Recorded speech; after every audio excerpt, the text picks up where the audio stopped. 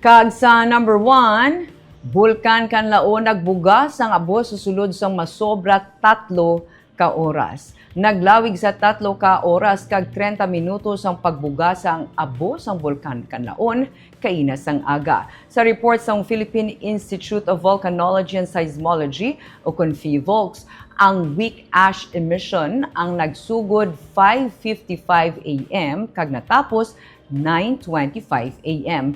Ini ang nag-generate sang grayish plumes nga nagsaka tubtob sa 350 meters gikan sa baba sang bulkan.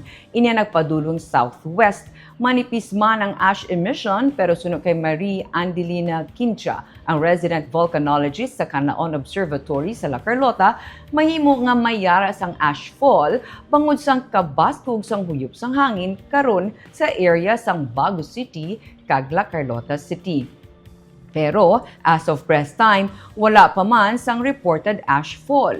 Enero 3 ang ulihi nga ash emission nga na-record sa Bulkan Canlaon. Pathag ni Quincha, kay nagapabilin man sa alert level 2 ang Bulkan Canlaon, posible sa gihapon ang explosive eruption. Gani kaangay sa nagliligad ang ash emission, makabig precursor o kung event antes pa man, matabo ang isa ka explosive eruption suno kay Quincha.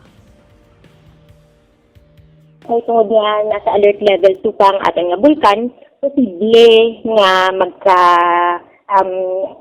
posible sa gihapon nga magkaroon kita sa mga explosive eruptions.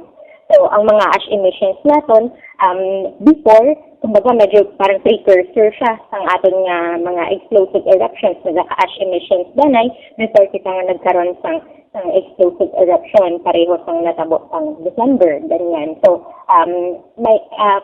pwede na siya or posible na siya nga matabo.